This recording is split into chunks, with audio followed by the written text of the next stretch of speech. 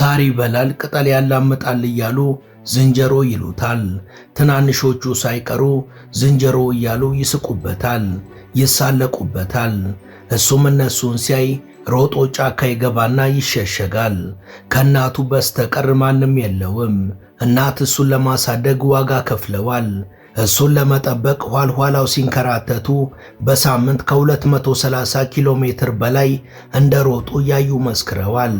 ከመሮጥ ውጪ ምንም የማያውቀው ይህ ምስኪን ታዳጊ በአዋቂዎችም ይሳቅበታል።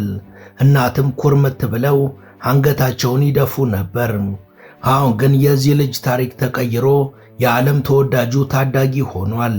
የእናት ምህላም መልስ አግኝቷል። Bullies call him a monkey. He was born different.